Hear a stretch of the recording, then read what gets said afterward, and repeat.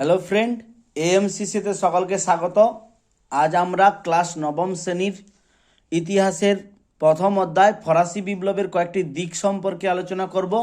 এই অধ্যায় থেকে 8 মার্কের ইম্পর্টেন্ট কোশ্চেন, 4 মার্কের ইম্পর্টেন্ট কোশ্চেন, 2 মার্কের ইম্পর্টেন্ট কোশ্চেন আমরা সব কিছু আলোচনা করে দিয়েছি এর আগের ভিডিওতে।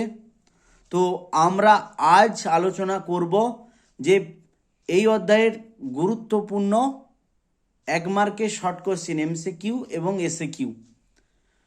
তো সেই ইম্পর্টেন্ট এমসিকিউগুলো আমি রায়মার্টিন বই থেকে আমি দাগ দিয়ে রেখেছি, যেগুলো দাগ মেরেছি শুধুমাত্র তোমরা সেগুলোই করবে, তার বাইরে করার কিছু দরকার নেই। এর আগের ভিডিওতে আমি 2 মার্কের ক্যাপিটেশন কি, ভিটেনিং কি, এগুলো একটু বড় বড় দাগ দিয়েছি। যদি 2 মার্ক পড়ে তোমরা সেগুলো করবে, আর যদি 1 মার্কের চাই যে ভিটেনিং কি না এটি এক প্রকার আয়কর, এইটুকু বললেই হবে। তো সেই সম্পর্কেই আমরা, তাছাড়া অনেক সময় 2 মার্কের অনেক কোশ্চেন অনেক ছেলে মুখস্থ করতে পারে না, তাদের জন্য এই 1 মার্কের কোশ্চেন করলেই তোমরা সমস্ত কিছু পারবেই। চলো এবার তাহলে শুরু করা যাক 1 মার্কের ইম্পর্টেন্ট কোশ্চেনগুলো। বলা হয়েছে যে প্রথম কোশ্চেন 1 নম্বর দাগের কোশ্চেন, কে ফ্রান্সকে ভ্রান্ত অর্থনীতির জাদুকর বলেছেন? আমরা সবাই জানি অ্যাডাম স্মিথ। তারপরে কে দ্য ওয়েলথ অফ নেশন গ্রন্থের রচয়িতা? কে না অ্যাডাম স্মিথ। তারপরে 3 নম্বর কোশ্চেন, ফরাসি বিপ্লব কত খ্রিস্টাব্দে শুরু হয়েছিল? আমরা জানি 1789 খ্রিস্টাব্দে। 4 নম্বর কোশ্চেন, ফরাসি বিপ্লবের সূচনাকালে ফ্রান্সের কে রাজা ছিলেন? না ষোড়শ লুই। 5 নম্বর কোশ্চিন বাদ। 6 নম্বর কোশ্চিন, ষোড়শ লুই কোন বংশের রাজা ছিলেন? না বুর্ব বংশের রাজা ছিলেন। তারপরে হচ্ছে মেরি আন্তানেত কে ছিলেন? না ষোড়শ লুইয়ের রানী ছিলেন বা পত্নী ছিলেন। অনেক সময় কোশ্চিন পড়ে যে ষোড়শ লুইয়ের পত্নীর নাম কি ছিলেন? মেরি আন্তানেত ছিলেন হচ্ছে ষোড়শ লুইয়ের পত্নী। তারপরে আমি রাষ্ট্র 9 নম্বর দাগের কোশ্চিন, আমি রাষ্ট্র এই বিখ্যাত উক্তিটি কার? না সম্রাট চতুর্দশ লুইয়ের। তারপরে একদম 13 নম্বর কোশ্চিন, আমরা জানি টেইলি কি, এর আগে আমরা 2 নম্বরের করেছি, এটি একটি ভূমিকর। তারপরে দাগের কোশ্চিন 14 মার্কের 14 নম্বরের, ক্যাপিটেশন কি? এটি একটি কি কর? উৎপাদন কর। তারপরে ভিটিএমএ কি? না এটি একটি আয় কর। 15 নম্বর দাগের কোশ্চেন। 16 নম্বর দাগের কোশ্চেন তোমরা দেখতেই পাচ্ছ, ফ্রান্সের লবণ করকে কি বলা হয়? গ্যাবেলা। ফ্রান্সের ধর্মকরকে কি বলা হয়? টাইট। করভি কি? এটা একটা বাধ্যতামূলক বিনা পারিশ্রমিক বেগার খাটানো কর। একদমও আমরা চলে যাব এরপরে 18 দাগের পরে, একদমও আমরা আসবো 30 নম্বর দাগে, যে সার্কুলেট কাদের বলা হয়। তারপরে আমরা আসব একদম 35 নম্বর দাগে, দ্য স্পিরিট অফ লজ গ্রন্থটি কে রচনা করেন? কে রচনা করেন? মন্তেস্কু। সার্কুলেট কারা বলা হয়েছিল? সার্কুলেট কাদের বলা হয়েছিল? না সার্কুলেট হচ্ছে তৃতীয় সম্প্রদায়ের সবচেয়ে নিচু তলার মানুষদের। তারপরে কাঁদিদ কে রচনা করেছিলেন? 37 নম্বর দাগে ভলতেয়ার। দ্য পার্সিয়ান লেটার্স গ্রন্থটির রচয়িতাকে মন্তেস্কু। তারপরে 38 নম্বর দাগে লেতর ফিলোজফিক গ্রন্থের রচয়িতাকে ভলতেয়ার। তারপর 39 নম্বর দাগের সোশ্যাল কন্ট্যাক্ট, এটি রচয়িতাকে বা কোন গ্রন্থকে ফরাসি বিপ্লবের বাইবেল বলা হয়? Social contact.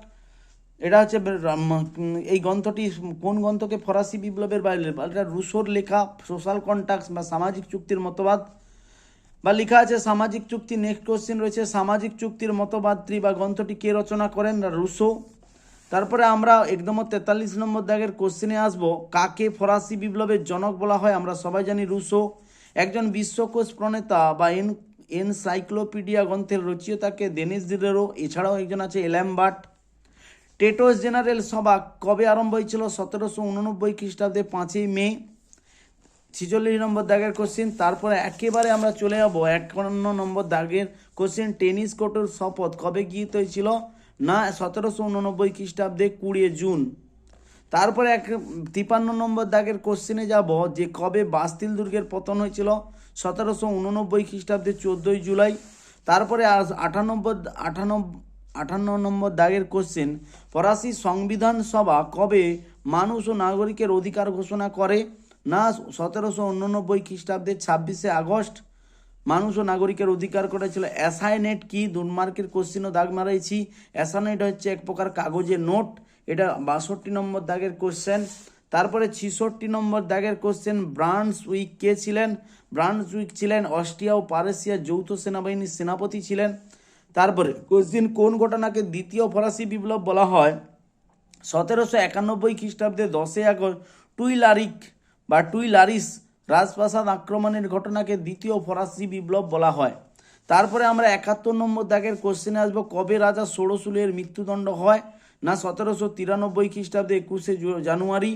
তারপরে সন্ত্রাসের শাসন কবে শুরু হয়েছিল? 1793 খ্রিস্টাব্দে। কোন সময়কে সন্ত্রাসের শাসন বলা হয়? 1793 খ্রিস্টাব্দে 2রা জুন থেকে 1794 খ্রিস্টাব্দে 27 জুলাই পর্যন্ত, অর্থাৎ শুরু আর শেষ। সন্ত্রাসের রাজত্বের প্রধান পরিচালক কে ছিলেন? 75 নম্বর দাগের কোশ্চেন, ছিলেন রোবসপিয়ার। এরপরে আমরা 76 নম্বর দাগের কোশ্চেন, কবে রোবসপিয়ারের মৃত্যু হয় জানবো? 1794 খ্রিস্টাব্দে 28 জুলাই। ফ্রান্সে কার শাসনকালকে লাল সন্ত্রাস বলা হয়? ফ্রান্সে রোবসপিয়ারের শাসনকালকে লাল সন্ত্রাস বলা হয়। সন্দেহর আইন কি? মানে কোনো ব্যক্তিকে যদি মনে করা হয় বা কোনো ব্যক্তিকে যদি মনে করা হয় যে তিনি অপরাধী, তখন তাকে সন্দেহের আইন বসে, তাকে গ্রেপ্তার করাকে সন্দেহের আইন বলা হয়। থার্মোডারের প্রতিক্রিয়া কি? 1794 খ্রিস্টাব্দে 28 জুলাই রোবসপিয়ার ও তার অনুগামীদের গিলোটিনে হত্যার ঘটনাকে কি বলা হয়? থার্মোডারি প্রতিক্রিয়া। আর আমরা সর্বশেষ, ফরাসি বিপ্লবের আদর্শ কি ছিল? না সাম্য, মৈত্রী, স্বাধীনতা। এছাড়াও বেশ কিছু এসএকিউ কোশ্চিন রয়েছে, না এমসিকিউ কোশ্চিন রয়েছে, সেগুলি হলো, ফরাসি বিপ্লবের জননী বলা হয় কোন শহরকে? প্যারিস শহরকে। তারপরে বলা হয়েছে প্রজাপতি রাজা কাকে বলা হয়? পঞ্চদশ লুইকে। কত নম্বর? 1 নম্বর 5 নম্বর দাগে বললাম। তারপরে 7 নম্বর দাগে বললাম যে অর্থলোলুপ নেকড়ে বলে ফরাসি জনগণ কাকে বলে মানে অর্থলোলুপ নেকড়ে কাকে বলা হয়? ইন্টেন্ডেন্টদেরকে বলা হয় অর্থলোলুপ নেকড়ে। তারপরে একেবারে 15 নম্বর দাগের কোশ্চেন রয়েছে, ইংল্যান্ডের গৌরবময় বিপ্লব সংগঠিত হয়েছিল কত খ্রিস্টাব্দে? 1688 খ্রিস্টাব্দে। তারপর বলা হয়েছে বিপ্লব পরবর্তীকালে ফ্রান্সের আর্থিক সংকট দূরীকরণের জন্য রাজা ষোড়শলুই কর্তৃক নিযুক্ত অর্থমন্ত্রীর নাম কে ছিল? এখানে অনেকগুলো নাম ছিল, তার মধ্যে প্রথম অর্থমন্ত্রীর যেহেতু নাম চেয়েছে সেজন্য তুর্গ হবে, ঠিক আছে। তারপরে একদম 23 নম্বর দাগের কোশ্চেন, দ্বিতীয় লিওপোল্ড সম্রাট ছিলেন কোথাকার সম্রাট ছিলেন? দ্বিতীয় লিওপোল্ড না অস্ট্রিয়ার সম্রাট ছিলেন। তারপরে একদম রয়েছে 28 নম্বর দাগের কোশ্চেন, সন্ত্রাসের শাসন, একটু আগেই আমি বলে দিয়েছি, কোশ্চেনের ডবল বার দাগ হয়েছে। সন্ত্রাসের শাসন শুরু হয়েছিল 1793, শেষ হয়েছিল 1794। অর্থাৎ মোটামুটি এই কয়েকটা কোশ্চেন যদি আমরা কমপ্লিট করতে পারি, অর্থাৎ আমি যেগুলো দাগ দিয়েছি শুধুমাত্র সেইগুলো যদি আমরা কমপ্লিট করতে পারি, তাহলে কিন্তু এই অধ্যায় থেকে সমস্ত রকমের কোশ্চেন আমাদের কমপ্লিট হয়ে গেল। সবাইকে এমসিসিতে থাকার জন্য ধন্যবাদ, থ্যাংক ইউ, সবাই ভালো থাকবেন।